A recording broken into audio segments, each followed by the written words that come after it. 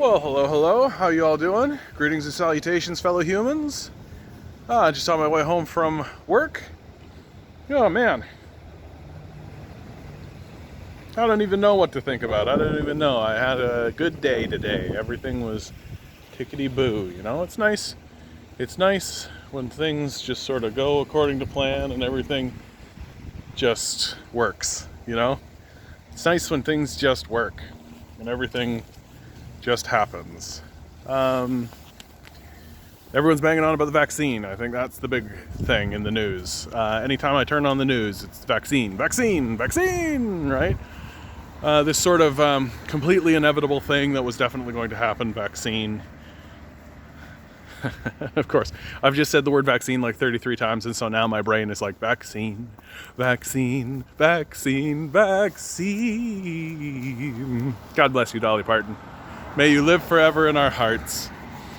Dolly Parton, of course, doing more to relieve difficulties and tension in the world than the entire United States Congress, Senate, and presidency combined for the last 20 years. Maybe even longer. My concern about this whole vaccine thing is that what the capitalists will do is they will say that this vaccine came out, this vaccine coming out is this resounding success of capitalism, and that if it wasn't for capitalism, then this vaccine wouldn't have happened. And you just wait. You just wait. The absolute worst is yet to come when it comes to this vaccine. We're about to see just some absolute ridiculous nonsense where like a $5 vaccine is going to get sold for $300. It's going to be like the American healthcare system is just a plundering of its people. And here in Canada, we'll see where it falls, right? We'll see, is it going to fall within the boundaries of healthcare, or is it going to be considered a pharmaceutical? Because Canada's pharmaceuticals, its pharmaceutical industry is not immune to the privatization efforts that have been going on in the Western world since Adolf Hitler introduced them. Like, this is one thing I think about all the time, man. Like, this idea that if we take publicly funded state enterprises and privatize them, this is put forward by the Nazis, right? Like, they're the ones who start this. And if you actually look at a lot of neoliberal ideas and a lot of neoliberal principles, you'll find pretty cleanly that they're essentially the fascists' ideas, just relabeled, right? Like like the neoliberals, they really liked fascism, right? They really liked that ideology. They just needed to rebrand it, and so they did, right? And here we are, living under it, with this great reset coming, right? The getting the populace ready for the idea that we should anticipate a collapse, we should expect a collapse, and when the collapse happens, we'll get told, oh, we're doing everything we can to ameliorate the suffering of the collapse, while, you know, all of that suffering will get swept under the rug. There'll be no cameras, no media outlet will talk about it, and all the money will go to the billionaire class, which, I mean, that's exactly what's happened in this pandemic, right? What this pandemic really has been, like what this whole COVID situation really has been, is it's been a test of the capitalist system. And it has shown you clearly and cleanly what capitalism is going to do when crises happen, right? And especially if it's unfettered capitalism. If it's unfettered capitalism, the way it is in the United States, well, you see how repugnant and gross and evil it is, right? You'd have to be a complete Luddite at this point to believe that capitalism is functioning in any regard. to believe that the bread lines that are happening throughout the United States, while enormous bailouts are going towards already incredibly wealthy people, that the billionaire class is getting richer and richer because the COVID-19 crisis, it's not creating new conditions for capitalism, right? Capitalism is operating exactly the way that it always has acted, and that it's acting the way that it always does act. It's just accelerating it, right? People are lamenting the closure of small businesses and that small businesses are failing and all this kind of stuff, and that's how capitalism works, right? That it is inevitable that these small businesses fail. It is inevitable that eventually those small dilapidated ghost towns steadily become large dilapidated cities, right? That's how capitalism functions. And that eventually you have this small handful of uber wealthy, extremely greedy sociopaths in a society of people who literally can't put food on their table or pay their rent. The system is designed to collapse, and COVID is really showing the path that it will take. And climate change will be the same story under capitalism, right? It's not going to look any differently. That when climate change begins to reach crisis levels, which I think that the major crisis that will hit the populace in a way that it can no longer ignore it, the way that it's been ignoring climate change, or that the leadership has been ignoring climate change, is food shortages. Once food shortages begin, it's going to be impossible for leadership to continue pretending like climate change isn't having an impact the way that they currently do, right? Current leadership, if somebody stood up and said, holy shit, it's a real emergency, there's a real emergency going on, you would expect emergency level activity, right? If someone is hit by a car, an ambulance shows up with big flashing lights and people pull out gurneys, and it's an immediate,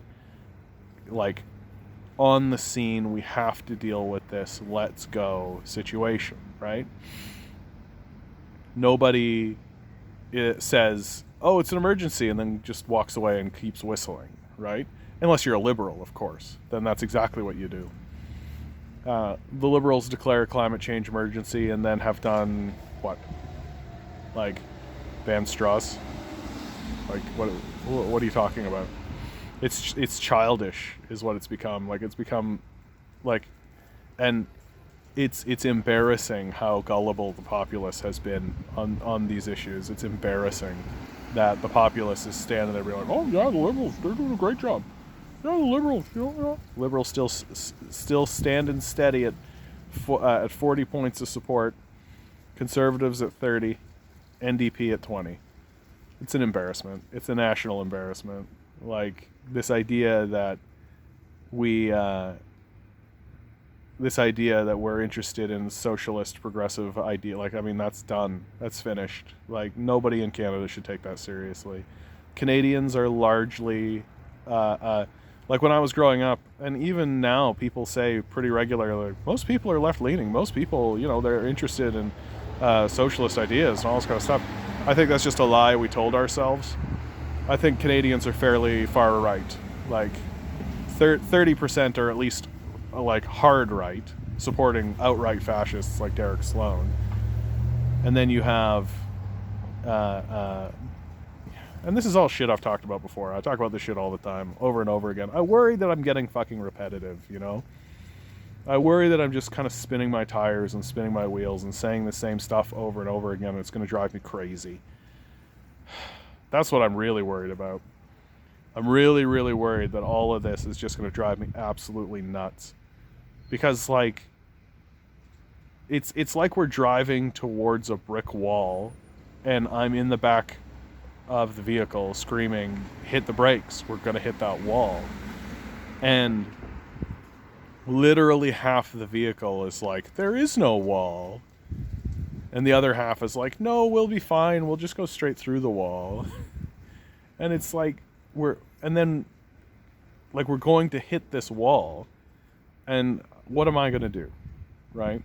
Am I just going to stand there and be like, oh, I told you so? Because I'm in the vehicle too. Like, and there's no sense of urgency. There's no sense of like forward momentum. There's none of that. We literally are just destroying ourselves for nothing. Like, for nothing. Like, that's what's embarrassing about it. And that's what future generations will think that we were insane. Like, that we were absolutely out of our minds insane. And I think we are insane. Like, we are sacrificing our lives, we're sacrificing the future of our children, we're sacrificing everything for fucking nothing. For doodads and baubles. And like, car goes fast, beep beep, right? Like, that's what we're doing. We're an embarrassment. And if humanity, like, and if you were to actually get an outside view of humanity, you would be like, what in the fuck are these crazy, insane people doing? Like, and what's the most embarrassing part about it is that all we would have to do is stop. That's it. We would just have to stop, right? And yeah, things would be difficult for a moment, right? Things would be different for a moment, right? Probably not more difficult than COVID, honestly. Like, COVID has been difficult. Stopping the capitalist death machine, I think, would be much easier than dealing with this COVID nonsense, right? That you would have like a little bit where everybody would be like, oh no, the thing that was making me money. And then they would be like, oh yeah, I don't really need that, I guess. What do I need that for? Like, and then the people who want to actually do things, like, you know, if you want to run a business, if you want to do these things, off you go. But if you're doing it for your like core survival, the way that most of us are, because that's all it is. Like, this is the reason why small business owners are so up in arms. It's because it is their livelihood, right? It is the way that they have found some semblance of independent livelihood.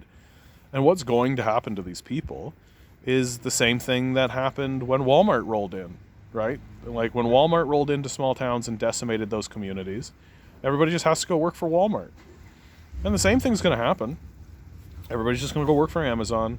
Everybody's just going to go work for Walmart, right? Like, and the reality of our wage slavery will be made completely obvious, right? Like, no one's going to be able to deny it any longer.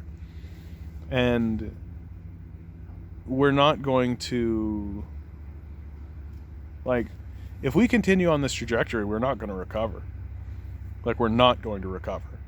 The absolute disasters that are coming our way, and you can just see, like, they're already happening to you know, other populations. We don't know about them because those populations are not white, and like, that's really that simple. But like, Florida's already gone, right? Like, this is what's like, once you accept these things, once you accept, like, if a building is collapsing, right? If a building is coming down, right? And if it was coming down in super slow motion, if it was like coming down at this speed that I'm moving my hand at right here, right? It's coming down at this speed, right? And you were watching it. Well, you would make no decisions. Like, if somebody walked up to you and said, like, hey, do you want to rent space in that building? You'd be like, no. What, are you stupid? And the answer is that no, they're not stupid. They're just a salesman who wants to get rid of a property and sell it to some rube, right? And this is happening all throughout in Florida, right? Like, if you're buying a piece of property on the coasts near the beaches in Florida, you're an idiot. Like, you're just you're a rube, because those places are going to be underwater. It's going to happen shortly. Uh, the sea levels are already rising, right? The water tables are already backing up. Everything's already shifting. It's not happening, and this is what's so ridiculous to me, is that because it's not happening precisely as specific scientists have predicted it, well, then the whole thing's a wash. And it's like, yeah, sorry, we don't exactly have a handle on the comings and goings of the entire infrastructure of the Gaia project, right? Like, we don't actually know or understand precisely what's going to happen. We have a basic idea, and all the numbers are aligning with that. Things are getting warmer, have you noticed? Well, no, obviously you haven't, because we're still having the conversation for some reason. And, like, we are going to boil to death. We are going to desertify this place. These are things that we are going to do, and we're not doing anything to stop it. We're not doing anything to address it or ameliorate it, right? And now it's become like almost passé to talk about it. It's become like this sort of grotesquerie. And so, like, we can't make decisions for anything, right? Like, if you're honest about, like, what the future looks like for, if you're like a millennial or a Gen Z, right? Your future is not good. Like, it's not good. And you know who to blame, right? We know exactly who to blame. You can blame people like the Koch brothers, the CEOs and shareholders of ExxonMobil. You can blame the last 4 presidents of the United States, without a doubt, the Congress, the Senate. And the same story here in Canada, right? The Trudeau administration, the Harper administration, they're complete embarrassments and total, like, Stephen Harper would stand up and be like, we need to work on the trade relations for, he was actually very sharp and very prescient when it came to trade and diplomacy. But when it comes to this climate change issue, like, I wish the Conservatives had a brain in their head at all when it comes to this kind of stuff. Instead, they're fielding people like Aaron O'Toole, who's just like a moron, right? And their intellectuals are just dead in the water. And they're going to lead us to our complete and total destruction. And people are just like walking around like everything's completely normal, right? Like, walking around just, oh yeah, liberals, they got 40%, like, 40% support, yeah. What the fuck? Are you fucking kidding me? It's like your house is on fire, right? And then the fire department shows up, says, man, that's an emergency, and then leaves. Like, the world has gone completely insane. And it is getting to a point now where we have to start genuinely asking of the people in our world, like, are we suicidal? Have we just thrown up our hands and we're just begging for death? Is that what it is? Because it looks like, right? It looks like that's what it is. That we are just sort of anticipating. We're sort of looking forward to it. In a way, I think we're just not interested in this place surviving. That, like, you see in, like, science fiction or fantasy novels or things like this, like a planet is going to be destroyed by the sun, and what the people do in the face of it is erect a death cult where they worship the sun and then beg. Not for mercy, but they act as though it's like this great rejoining moment where they celebrate the moment of their death. And I mean, if you were in that sort of situation where it was impending and unstoppable and there was nothing you could do about it, what else could you do, I suppose? But it seems like we're getting there already. Like, it seems like we're already there, where we're just like, well, we're dead. Might as well just blow the whole place up.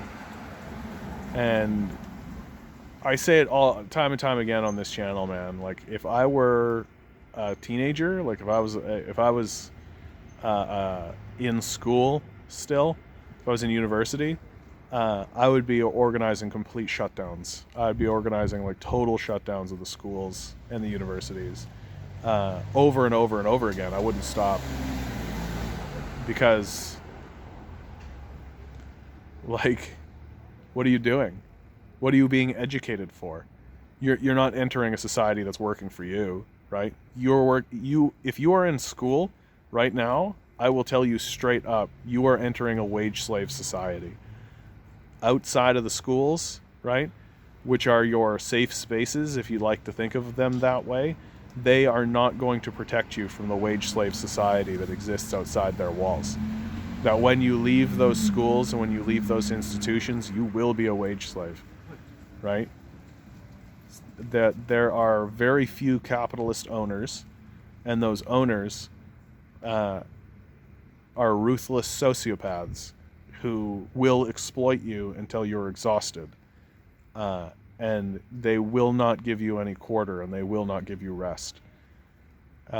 Any breaks that you get, literally like a smoke break or a lunch break, any break that you get where you get to go home, has been fought for and won by labor movements getting onto the streets and getting into these capitalists' faces. And the capitalists don't want you to understand that even a tiny little bit. Because what they want to do is plunge you into a perpetual state of wage slavery, where your life is sacrificed to them, so that they can go to brunch, and they can go golfing, and they can live in their life of leisure and do nothing, because that's what they do. They don't do anything, right? And if I was like 16, 17, I would be in complete and total rebellion. And I'm not talking about that kind of like, oh, teenage angst rebellion, right? I am talking about, like, I would organize everyone around me, and I would grind any institution that I was involved in whatsoever to a complete and total halt. And I would stay living at home, and I would continue organizing that. I would continue, because once you are, like, I'm beholden to the wage slave system. I can't do anything about it. Like, let's be real. Like, if I attempted to organize or start doing anything, I would be fired. And because food and shelter is withheld from the populace, unless you sell yourself into wage slavery, you're never going, like, you can be homeless. I could be homeless. And I know that that's true. And the complete and total myth that capitalism is this voluntary thing where anyone can do anything to be anything or whatever, right?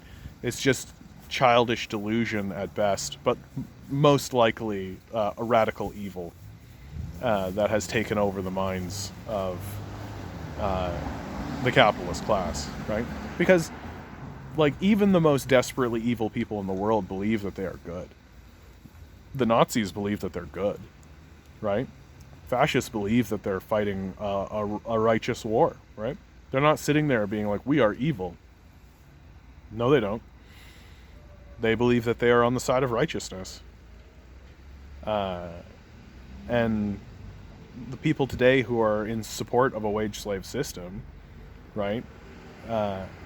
They believe that they are on the side of righteousness while they destroy the society and destroy the culture and destroy the species. And I just don't... So if you're in a position, right, if you're a school kid, if you're... then it is like, you have to start grabbing the people around you, and you have to start rebelling in significant ways. Like, you can't just... Like, you can just sleep, right? Like, you can just sleep your way to death. That's what's coming. But if you have the capability, like if you're living at home, if you have the freedom where you don't necessarily have to be completely beholden to a wage slave system that makes you work most of your life and then takes your wages and taxes them away in rent,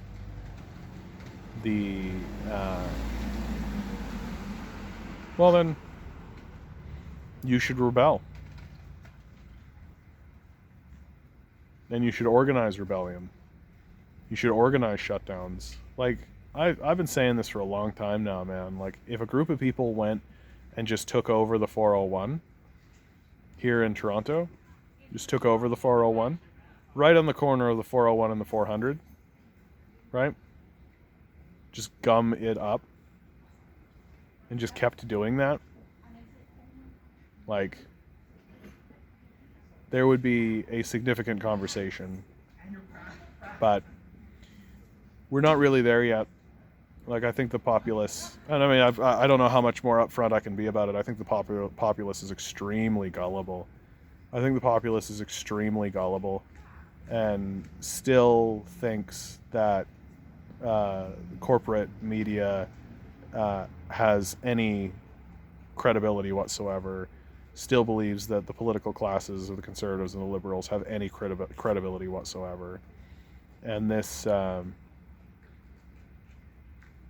and like, once these disasters start to unfold, like, these corporate capitalists and the liberals and the conservatives will all retreat into their gated communities, and they will watch you die, right? They're not going to work really hard to try and feed you, right? They're going to abandon you.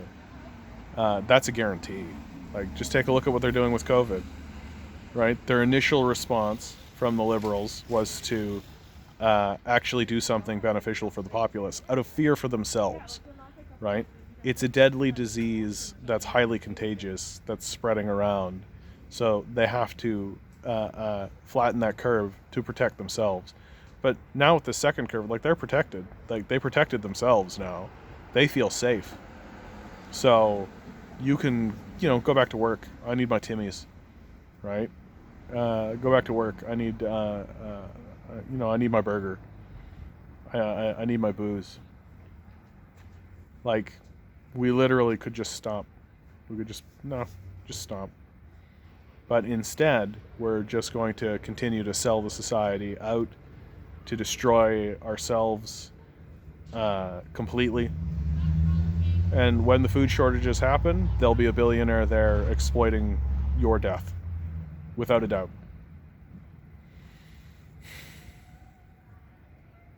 So revolt. I think you're nuts if you don't. I think you're nuts if you don't. Well, that's the end of me, guys. What a happy conversation this was. Yeah, what a happy conversation this one was. I hope you're doing well out there. I hope you're finding a way to laugh. I hope you're finding a way to, I don't know, stay sane. As sane as you can. In this ridiculous, ridiculous world that we live in. Alright, that's the end of me. Good luck.